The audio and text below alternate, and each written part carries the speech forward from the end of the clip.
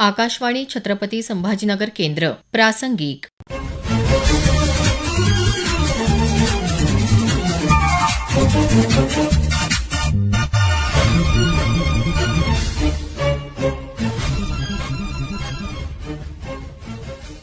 मराठवाड्यात अनेक ठिकाणी गेल्या सोमवारी अवकाळी पाऊस आणि गारपीट झाली. या पावसाबाबतची तसंच पिकांच्या नुकसानाबाबतची माहिती आणि पुढील हवामानाचा अंदाज आज आपण प्रासंगिक या सदरात ऐकणार आहोत.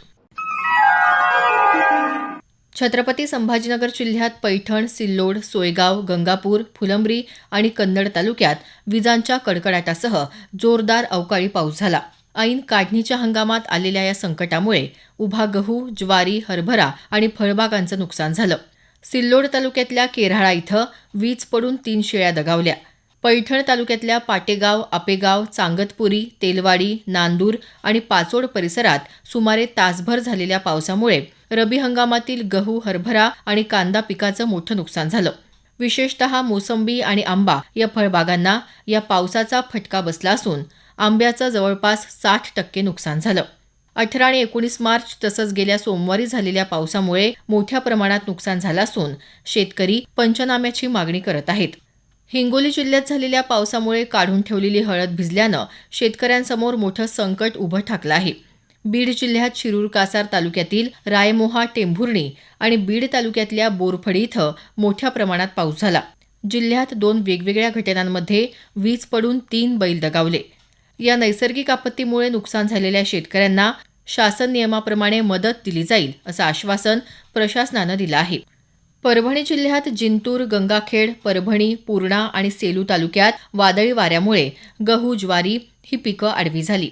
नांदेड जिल्ह्यातही अनेक ठिकाणी अवकाळी पावसामुळे ज्वारी, गव्हासारखी पिकं जमीनदोस्त झाली असून फळबागांचंही मोठं नुकसान झालं आहे.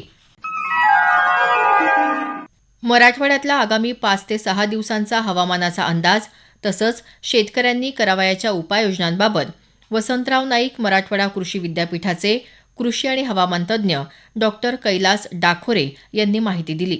ते म्हणाले, नमस्कार शेतकरी बंधूंनो. प्रादेशिक हवामान केंद्र मुंबई येथून प्राप्त झालेल्या अंदाजानुसार मराठवाड्यामध्ये साधारणतः 31 मार्च पासून जर आपण परिस्थिती बघितली 4 एप्रिल पर्यंत, तर आपल्याला काही भागामध्ये गारपीट, काही भागामध्ये वादळी वाऱ्यासह पाऊस अशा प्रकारचं वातावरण होणार आहे. त्याच अनुषंगाने आपल्या 8 जिल्ह्यामध्ये साधारणतः आपण जिल्ह्याने पाहिलं तर छत्रपती संभाजीनगरमध्ये 1 एप्रिल रोजी एक हलका ते मध्यम स्वरूपाच्या पावसाची शक्यता वर्तवण्यात आली आहे. परंतु त्याच वेळेस हवेचा वेग हा 40 ते 50 किमी प्रति ताशी राहण्याचा शक्यता वर्तवण्यात आलेली आहे. विजांचा कडकडाट देखील राहील आणि त्यामुळं आपल्याला एक साधारणतः छत्रपती संभाजीनगर 1 एप्रिलला, त्याच्यात दुसऱ्या दिवशी 2 तारखेला एक ऑरेंज अलर्ट आहे. त्याच्यामध्ये सुद्धा गारपीटची शक्यता आहे काही भागामध्ये आयसोलेटेड लोकेशनला. आणि त्याच्या पुढच्या 2 दिवसामध्ये सुद्धा एक अशाच प्रकारचं वातावरण राहील. हलक्या ते मध्यम स्वरूपाचा पाऊस राहील. वारा आहे जवळपास 40 ते 50 किमी प्रति ताशी हा वेग राहील. विजांचा कडकडाट राहील. थोड्या अधिक प्रमाणामध्ये बाकीचे जिल्हे जर बघितले तर ऑरेंज अलर्ट आहेत. जसं जालन्यामध्ये पण आहे 2 तारखेला, परभणीला आहे, बीडला पण आहे 2 तारखेला, हिंगोलीमध्ये पण आहे, नांदेडमध्ये, लातूरमध्ये 2 तारखेला आहे, 1 तारखेला आहे, धाराशिवमध्ये 1 तारखेला. थोडक्यात पाहिलं ते 4 दिवसामध्ये वातावरण कुठं हलक्या ते मध्यम स्वरूपाच्या पावसाची शक्यता आहे, कुठल्या दिवशी गारपीट आहे. तर हे अशा प्रकारचं वातावरण राहणार आहे. आणि ह्याला विशेष कारणीभूत आहे असं की जे आपण खंडित हवेमुळे आणि एक लो प्रेशर जो ट्रफ निर्माण झालेला आहे कर्नाटकहून, त्याच्या संयोगाने जी परिस्थिती निर्माण झाली त्यामुळे अशा प्रकारचं वातावरण निर्मिती झालेली आपल्या इथं. आणि आता ह्याबरोबर आपल्याला प्रश्न पडतो की सध्याच्या परिस्थितीमध्ये पिकांचं काय काळजी घ्यायची. तर सध्याच्या परिस्थितीमध्ये आपल्याला माहिती आहे की ज्वारी, गहू जे उशिरा पेरणी झाली होती त्या ठिकाणी सध्या आता काढणी सुरू आहे. त्यांनी थोडक्यात आपल्याला जी काढणी केलेली हे जे पिकं आहेत मळणी करून ती सुरक्षित ठिकाणी ठेवायची आहे आणि कसे भिजणार नाही याच्यासाठी विशेष दक्षता घ्यायची आहे. आणि फळबागेमध्ये विशेष करून आपण पाहतोय की अशा प्रकारचं वातावरण सर्वत्र नाही, काय भागात आहे. उर्वरित भागामध्ये तापमान थोडं वरच्या प्रमाणात राहणार आहे. फळपिकेचं नियोजन करतेवेळेस आपल्याला विशेष करून पाण्याचं सिंचनाचं नियोजन करायचं आपल्याला, कारण तापमान वाढतंय. जमिनीमध्ये ओलावा टिकून राहण्यासाठी आपल्याला संतुलित राहण्यासाठी द्राक्ष फळ बागाच्या आळ्यामध्ये आच्छादन सुद्धा करायचं आहे. आणि जनावरांची विशेष काळजी घ्यायची शेतकरी बंधूंनो. ती कारण आपण पाहिलेले की काही ठिकाणी कॅज्युअलिटी सुद्धा झाल्या आहेत जालना जिल्ह्यामध्ये. तर जनावरांना उघड्यावर बांधू नये, सोडू नये आणि पावसात भिजणार नाही याची दक्षता घ्यायची. त्यामुळे त्यांना ह्या कालावधीमध्ये विशेष करून त्यांना हे करून घ्यायचंय आपल्याला, म्हणजे गोठ्यामध्ये त्यांना व्यवस्थितपणे बांधायचंय. आणि बाकीचे जे पीक आहेत, विशेष करून सध्याच्या परिस्थितीमध्ये करडई असतील, जे उभी पीक आहेत, काढणीस तयार आहेत, त्याच्यामध्ये ह्या अंदाजानुसार आपल्याला आपापल्या जिल्ह्यामध्ये जसं सांगितलं त्याप्रमाणे आपल्याला अजून की नियोजन करायचे पावसाचा अंदाज बघून, आणि काढणी झाल्यानंतर मळणी करून सुरक्षित ठिकाणी ताबडतोब आपल्याला त्याची साठवणूक करून ठेवायची आहे. काढणीस तयार असलेल्या रब्बी ज्वारी पिकाची काढणी करावी.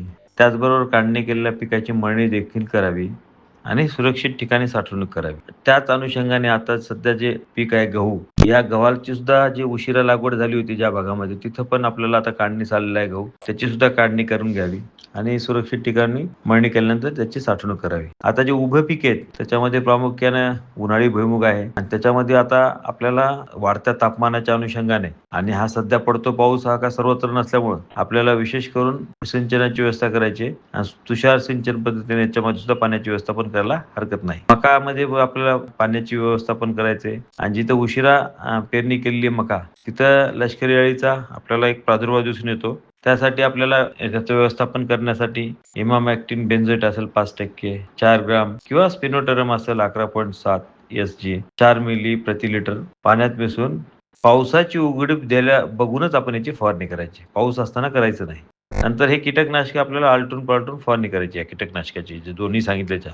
आता फवारणी करत असताना कीटकनाशक पोंग्यामध्ये पडेल याची विशेष दक्षता घ्यायची, आणि जिथे वेळेवर पेरणी केली आहे आणि काढायला देखील आता मका तयार आहे, तर अशा ठिकाणी ह्या अंदाजानुसार आपल्याला मका पिकाची काढणी करून ते सुरक्षित ठिकाणी व्यवस्थित साठवणूक करून ठेवायची, जेणेकरून ह्या अवकाळी पावसाने भिजणार नाही. आता शेतकरी बांधवांना आपण फळबागेच्या व्यवस्थापनामध्ये बघूया थोडक्यात. आता फळबागेमध्ये केळी, आता आपण केळीमध्ये सुद्धा सिंचनाची व्यवस्था करण्याची आपल्याला आवश्यकता आहे, आणि जिथे केळीच्या काढणीस तयार असलेल्या घडाची ती सुद्धा आपल्याला काढणी करायची, आणि त्याची सुद्धा आपल्याला सुरक्षित ठिकाणी साठवून करून ठेवायची. जे नव्यानं आता लागवड केलेले आहेत केळी झाड, त्यांना आता आपण जो अंदाज दिला त्याच्यामध्ये वारा आहे प्रचंड, साधारणतः 40 ते 50, 50 ते 60 असं वेगवेगळ्या दिवशी वेगवेगळ्या ठिकाणी आहे. त्यामुळे आपल्याला ह्या नवीन केळी लागवड केलेली आहे त्या झाडांना देखील आधार देणं आवश्यक आहे, आणि जमिनीमध्ये ओलावा टिकून राहण्यासाठी विशेष दक्षता घ्यायची, त्यामध्ये की आपल्या जमिनीचं तापमान कसं मेंटेन राहील, संतुलित राहील, वाढणार नाही. आणि यासाठी आपल्याला काय करायचं की फळझाडाच्या आळ्यामध्ये एक आच्छादन करायचं, जेणेकरून तापमान हे मेंटेन राहील, मॉइश्चर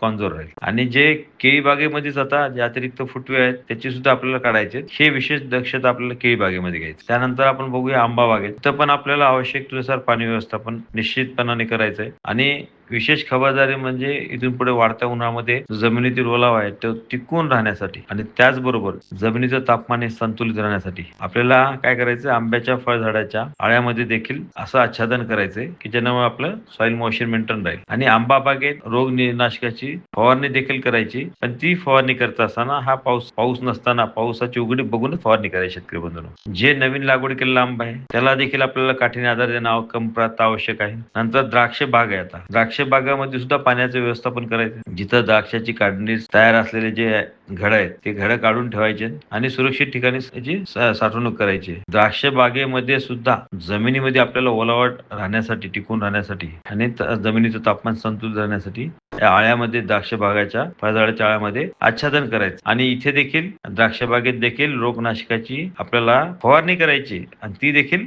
पावसाने उघडीप बघून फवारणी करायची. नंतर सीताफळ बागेमध्ये अशाच प्रकारचं आपल्याला प्रयोजन करायचे, पाण्याचं व्यवस्थापन, जमिनीत ओलावा टिकून राहण्यासाठी आपल्याला आच्छादन करायचे. आता हे फळझाड झाल्यानंतर आता आपण पाहूया भाजीपाल्यामध्ये. आता उन्हाळी भाजीपाल्यामध्ये विशेष करून आपल्याला सध्याच्या याच्यामध्ये सिंचनाचं सगळ्यात प्राथमिकता सिंचनाची व्यवस्था पण करायची आपल्याला. जिथं काढणीसाठी याचा भाजीपाला आपण काढणीला तयार असेल तो काढायला काय आणि सुरक्षित ठिकाणी ठेवायचा, आणि सध्याच्या याच्यामध्ये जे वांगे, भेंडी, मिरची आहे याच्यामध्ये वाढत्या तापमानानं आपण बघितलेलं आहे की रस शोषण करणाऱ्या किडीचा प्रादुर्भाव दिसून येत आहे. त्याच्या व्यवस्थापनासाठी आपल्याला पायरिफ्लॉक्सीफेन 5%, फेनप्रोफायथिन 15%, हे 10 मिली किंवा याच्याऐवजी डायमिथोएट 30%, 13 मिली असं प्रति 10 लिटर पाण्यात मिसळून पावसाची उघडीप बघून आपल्याला ह्याची फवारणी करायची. फुल शेतीमध्ये सुद्धा आपल्याला आताच्या परिस्थितीमध्ये दोन मुख्य घटकांचा हे करायचं आहे. वाढत्या तापमानामध्ये आपल्याला निश्चितपणाने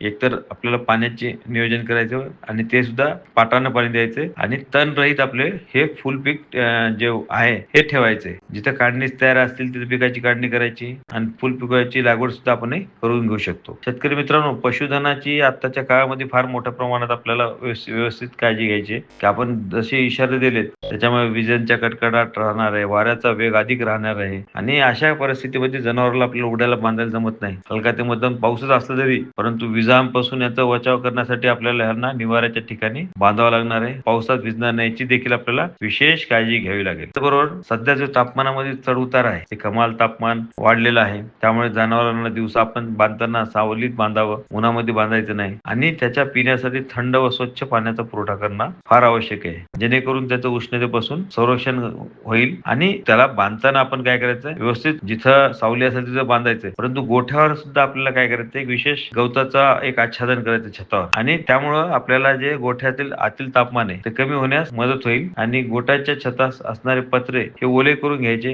ठिबक सिंचनचा पाईप वापरायचा त्याच्यासाठी, जेणेकरून तापमान हे मेंटेन राहील. आता हे झालं गोठ्याबद्दल, त्याच्या तापमान कसं कमी करावं याच्याबद्दल. पण त्याच्यात खानपान मध्ये सुद्धा आपल्याला विशेष काळजी घ्यायची, जसं की मुबलक प्रमाणात आपल्याला हिरवा चारा द्यायचा आहे, त्याचबरोबर प्रथिनयुक्त आपल्याला द्यायचंय आणि खनिज मिश्रण असलेलं मीठयुक्त खाद्य देखील द्यायचे. पशुधनास आपल्याला काय करायचं की सकाळी आणि सायंकाळच्या वेळेस सोडायचे चरायला. साधारणतः दुपारच्या वेळेस आपल्याला अवॉइड करता येईल तितकं अवॉइड करायचं, कारण आपण पाहतोय की थर्मल ह्युमिडिटी इंडेक्स, त्याचा कम्फर्टनेस जसा हा टेम्परेचर ह्युमिडिटी इंडेक्स वाढत गेला तर जे दुग्ध जनावर आहेत त्याच्यामध्ये याचा रिव्हर्स इम्पॅक्ट होतो आणि दूध कमी द्यायला सुरू होते. त्यामुळे ह्या उपाययोजना जर आपण केल्या तर निश्चित ह्या वाढत्या तापमानामध्ये देखील आपल्याला पशुधनामध्ये जे दुग्ध जनावर आहेत त्याच्यात विशेष काळजी घेतली आपण तर आपण निश्चित येणाऱ्या समस्यापासून त्याचा बचाव करू शकतो, अटकाव करू शकतो. शेतकरी बंधूंनो, ही होती विस्तृत अशी आपल्याला त्या कालावधीमध्ये सध्याच्या परिस्थितीमध्ये आपल्या शेतामध्ये असलेले रेग्युलर पिकं, त्याचबरोबर फळबाग, फुलशेती, भाजीपाला आणि पशुधन याचं कशा प्रकारे आपल्याला नियोजन करायचं याबद्दल विस्तृत माहिती. अजून काही आपल्या शंका असतील, काही असतील तर निश्चितपणे तुम्ही आपण आपल्या या कार्यक्रमाच्या माध्यमातून आपल्यापर्यंत पोहोचू शकता. तुर्तास विरमतो. धन्यवाद. मराठवाड्यात अनेक ठिकाणी गेल्या सोमवारी अवकाळी पाऊस आणि गारपीट झाली. या पावसाबाबतची तसंच पिकांच्या नुकसानाबाबतची माहिती आणि पुढील हवामानाचा अंदाज प्रासंगिक या सदरात आताच आपण ऐकलात. हा कार्यक्रम आकाशवाणी छत्रपती संभाजीनगर केंद्राच्या प्रादेशिक वृत्त विभागाने सादर केला. सादरकर्ते समरजित ठाकूर, निर्मिती सहाय्य धनंजय ब्रह्मपुरकर.